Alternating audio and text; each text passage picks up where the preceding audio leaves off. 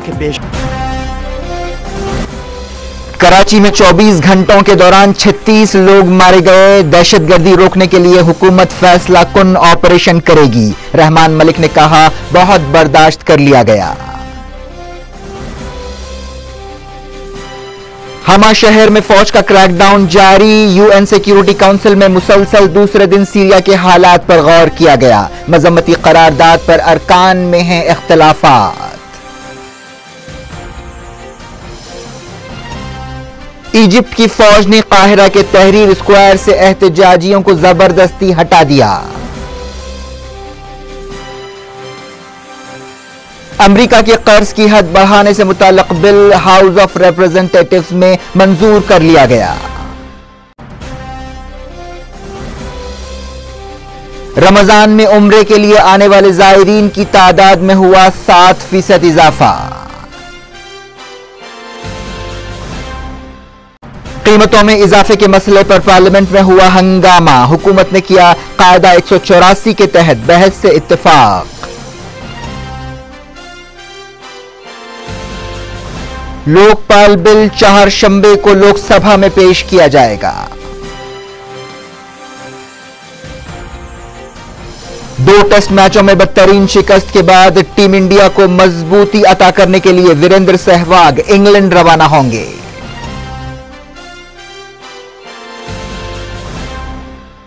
बिस्मिल्लाहिर्रहमानिर्रहीम, अस्सलाम वालेकुम। मैं हूं फराज और आप देख रहे हैं नेशनल और इंटरनेशनल न्यूज पर मुश्तमिल 4 टीवी का खुसूसी खबरनामा दुनिया भर से, यानी खबरें आपकी नजर से। हेडलाइंस आपने मुलाहिजा किया, खबरों की तफसील की जानिब बढ़ते हैं।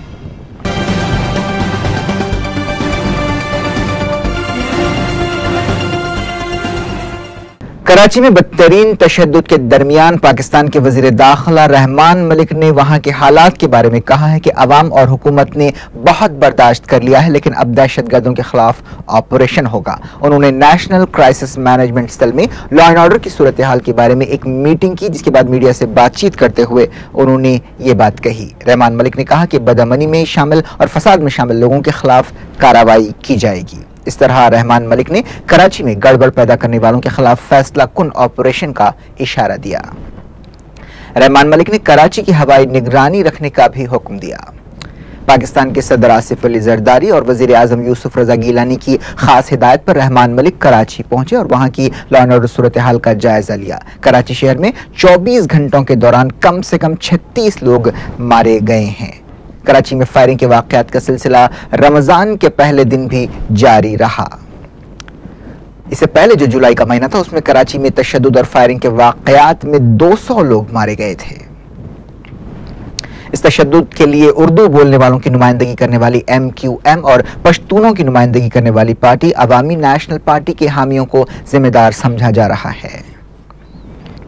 अब बात करते हैं सीरिया यानी मुल्क शाम की। रमजान का महीना शुरू होने के बाद भी वहां पर फौज का क्रैकडाउन जारी है। पीर के दिन फौज की कार्रवाई में कम से कम 24 सिविलियंस मारे गए थे और मंगल को भी एहतजाज जारी रहा। इफ्तार के बाद एहतजाज करने वाले 100 लोग भी जो है मरने वालों में शामिल हैं। ये हादसा पीर की शाम पेश आया था। सीरिया के हमा शहर में बागियों के खिलाफ जो है बड़े पैमाने पर फौजी कार्रवाई की जा रही है और टैंक्स का भी इस्तेमाल किया जा रहा है। मालूम हुआ है कि कई लोग हमा शहर के आसपास के देहातों को फरार हो रहे हैं। यूएन सिक्योरिटी काउंसिल की एक मीटिंग में मुसलसल दूसरे दिन सीरिया के हालात के बारे में गौर किया गया। यह मीटिंग पीर को भी हुई और मंगल को मुसलसल दूसरे दिन यह मीटिंग हुई, जिसमें तरह तरह के ख्यालात पेश किए गए। सीरिया की हुकूमत के खिलाफ मजम्मती करारदाद के बारे में सिक्योरिटी काउंसिल के अरकान में इख्तिलाफात देखे गए। सीरिया की हुकूमत पर क्रैकडाउन रोकने के लिए जबरदस्त बैनुल अक़वामी दबाव है। यूएन सेक्रेटरी जनरल बान की मून, अमरीका के सदर बराक ओबामा और बरतानिया के वज़ीर आज़म डेविड कैमरून और कई दूसरे मुल्कों के लीडर्स ने मुतालबा किया है कि वो फौरी क्रैकडाउन रोकें।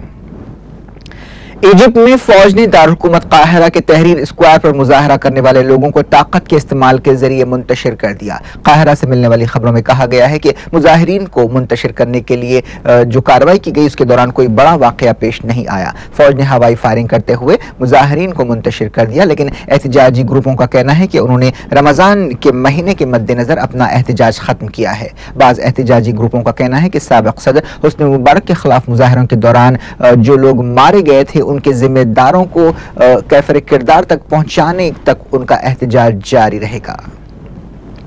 इजिप्ट की फौज ने बीबीसी की एक जर्नलिस्ट को गिरफ्तार कर लिया है। काहिरा के तहरीर स्क्वायर पर एहतजाजियों को हटाने की कार्रवाई के दौरान उसे गिरफ्तार किया गया। बीबीसी की इस जर्नलिस्ट शायमा खलील को पीर के दिन गिरफ्तार किया गया। यमन के कई शहरों में सदर अली अब्दुल्ला सालेह के हामियों और मुखालिफिन के दरमियान जबरदस्त झड़पों की खबर है। ताज़ा खबरों में कहा गया है कि इन झड़पों में कई लोग मारे गए और जख्मी हुए। ताइज शहर में जो लड़ाई हुई इसमें 4 लोग मारे गए हैं। अरजब शहर में सिक्योरिटी फोर्सेस की तरफ से अलकायदा के हामी मिलिटेंट्स के ठिकानों पर बमबारी की गई। ताइज में बाकी कबायलियों की तरफ से फौजी टैंक को जला दिया गया। इससे पहले यमन के सदर अली अब्दुल्ला सालेह ने बागियों को एक बार फिर बातचीत की दावत दी है। अमेरिका में कर्ज की हद बढ़ाने से मुताल्लिक बिल हाउस ऑफ रिप्रेजेंटेटिव्स में मंजूर कर लिया गया। यह बिल 161 के मुकाबले 269 वोटों से मंजूर किया गया। अमेरिका की दोनों सियासी जमातों रिपब्लिकन्स और डेमोक्रेटिक पार्टी में कर्ज की हद को बढ़ाने के लिए एक समझौता हुआ है। सदर बराक ओबामा ने एक दिन पहले यह ऐलान किया था। इस समझौते की खबर के बाद दुनिया के कई शेयर मार्केट्स में उछाल आया। वाशिंगटन में एक प्रेस कॉन्फ्रेंस से खिताब करते हुए ओबामा ने कहा था कि इस समझौते के नतीजे में 10 साल के दौरान $10 ट्रिलियन की कटौतियां की जाएंगी। ओबामा ने कहा कि यह समझौता अमेरिका की इकोनॉमी को दिवालिया होने से बचाने के लिए किया गया है। दिवालिया होने की सूरत में अमेरिका की इकोनॉमी पर तबाहकुन असरात पड़ सकते थे और IMF ने भी खबरदार किया था कि अगर अमेरिका का मौशी बहरान, कर्ज का जो बहरान चल रहा था, उसे हल नहीं किया गया तो पूरी दुनिया के मार्केट्स पर उसका असर पड़ेगा। अब लौटते हैं अपने मुल्क और देखते हैं कुछ नेशनल न्यूज। हुकूमत और अपोजिशन ने पार्लियामेंट में कीमतों में इजाफे के मसले पर एक ऐसे कायदे के तहत बहस कराने से इत्तेफाक कर लिया है जिसके तहत वोटिंग जरूरी होगी। इस तरह पार्लियामेंट की कार्रवाई पुरसुकून तौर पर चलने का रास्ता साफ हुआ है। पार्लियामेंट के ऐवान, लोकसभा और राज्यसभा में कायदा 184 के तहत बहस होगी। पार्लियामेंट के मानसून सेशन के दूसरे दिन यानी मंगल को लोकसभा और राज्यसभा में कीमतों में इजाफे के मसले पर खूब हंगामा हुआ और कार्रवाई मुलतवी कर दी गई। जैसे ही सुबह कार्रवाई शुरू हुई, अपोजिशन अरकान ने दोनों ऐवानों में कार्रवाई के दौरान खलल डाला। BJP, Bahujan Samaj party, Samajwadi party और शिवसेना ने ऐवान के बीचों बीच पहुंचते हुए अलग अलग मौजूआत पर एहतजाज किया और नारे लगाए। लोकसभा और राज्यसभा को पहले दोपहर तक के लिए और फिर 2 बजे तक के लिए मुलतवी किया गया। बीजेपी अरकान ने राज्यसभा में कीमतों में इजाफे के मसले पर बहस के लिए सवालों के वक्फे को खत्म करने का मुतालबा किया। लोकसभा में समाजवादी पार्टी के अरकान ने ऐवान के बीचों बीच पहुंचते हुए उत्तर प्रदेश की मायावती हुकूमत को बरतरफ करने का मुतालबा किया और इल्जाम लगाया कि मायावती हुकूमत किसानों पर जुल्म ढा रही है। शिवसेना के अरकान पार्लियामेंट ने मुंबई हमलों के जिम्मेदार अजमल कसाब और पार्लियामेंट पर हमले के कसूरवार अफजल गुरु को फौरी फांसी देने का मुतालबा करते हुए नारे लगाए।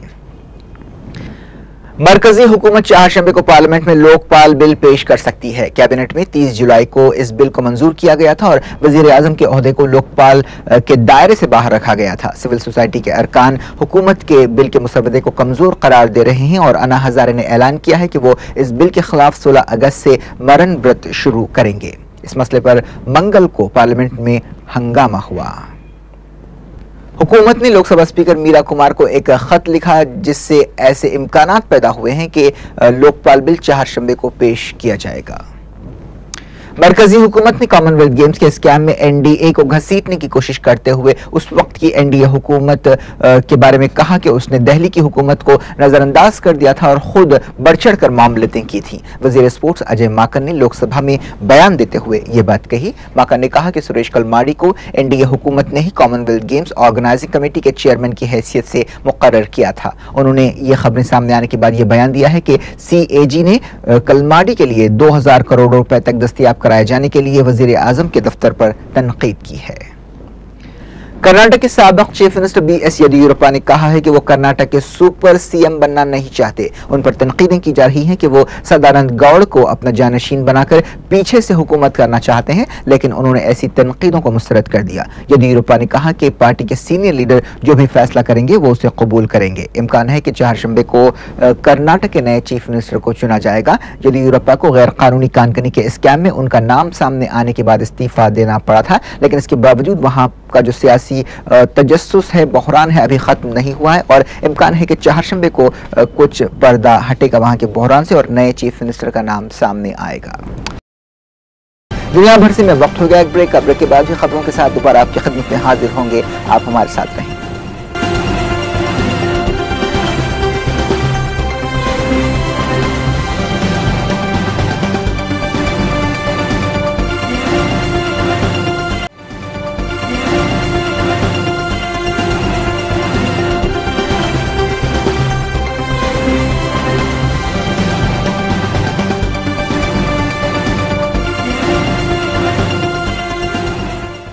Welcome back. आप देख रहे हैं दुनिया भर से फरासत के साथ। आगे बढ़ने से पहले पेश खिदमत हैं सुर्खियां दोबारा। कराची में 24 घंटों के दौरान 36 लोग मारे गए। दहशतगर्दी रोकने के लिए हुकूमत फैसला कुन ऑपरेशन करेगी। रहमान मलिक ने कहा, बहुत बर्दाश्त कर लिया गया। हमा शहर में फौज का क्रैकडाउन जारी। यूएन सिक्योरिटी काउंसिल में मुसलसल दूसरे दिन सीरिया के हालात पर गौर किया गया। मजम्मती करारदाद पर अरकान में हैं इख्तिलाफात।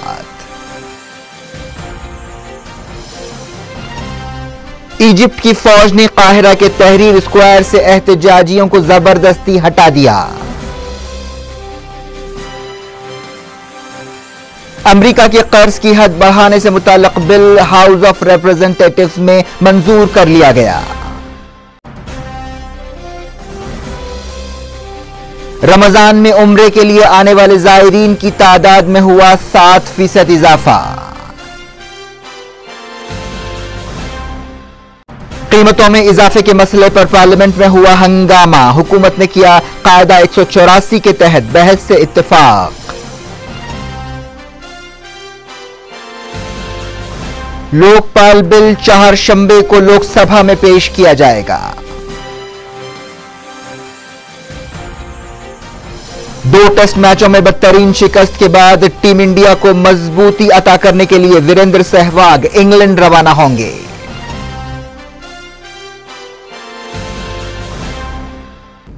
दुनिया भर में रमजान का पहला अशरा अशरा रहमत शुरू हो चुका है। सऊदी अरब से लेकर अमेरिका तक और हिंदुस्तान से लेकर यूरोप तक तमाम मुल्कों में मुसलमान इस महीने की नेमतें, बरकतें और रहमतें समेटने के लिए बारगाह खुदाबंदी में झुके हुए हैं और उसकी रजा के लिए रोजे रख रहे हैं और खुसूसी इबादतें कर रहे हैं। हिंदुस्तान, पाकिस्तान, बांग्लादेश और कई दूसरे मुल्कों में मंगल को पहला रोजा था। पीर की शाम चांद नजर आने के बाद मस्जिदों में तरावी की नमाज का एहतमाम शुरू हो गया।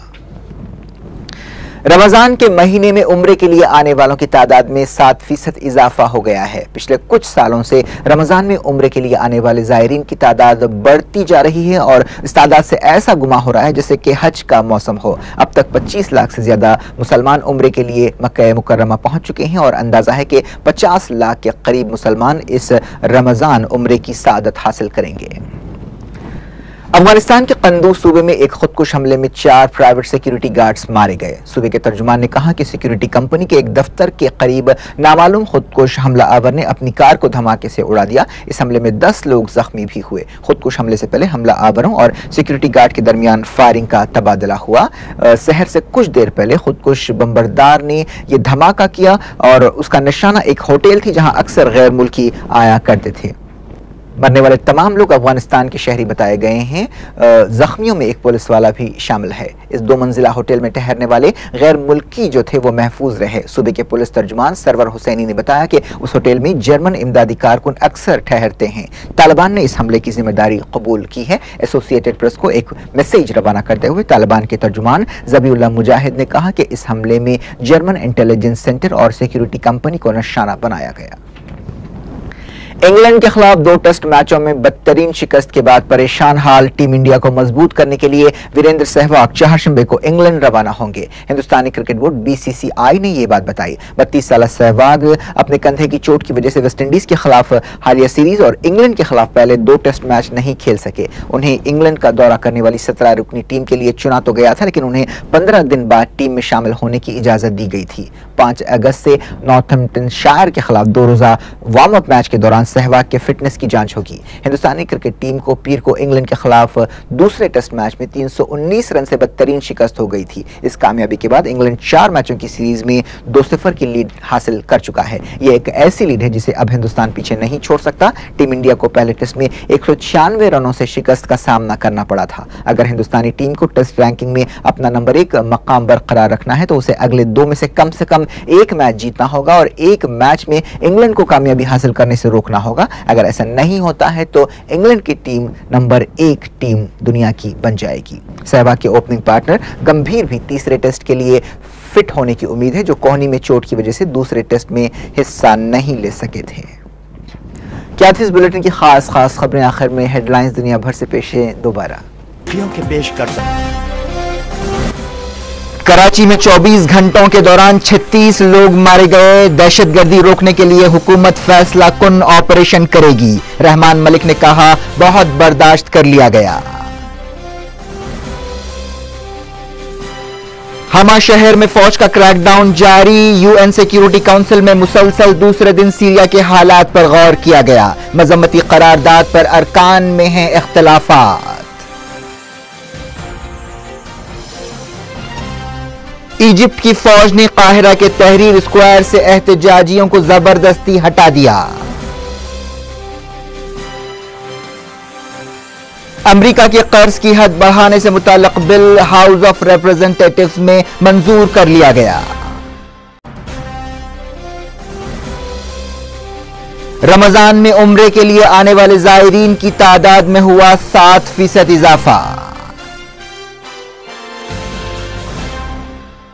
कीमतों में इजाफे के मसले पर पार्लियामेंट में हुआ हंगामा। हुकूमत ने किया कायदा 184 के तहत बहस से इत्तेफाक। लोकपाल बिल चारशंबे को लोकसभा में पेश किया जाएगा। 2 टेस्ट मैचों में बदतरीन शिकस्त के बाद टीम इंडिया को मजबूती अता करने के लिए वीरेंद्र सहवाग इंग्लैंड रवाना होंगे।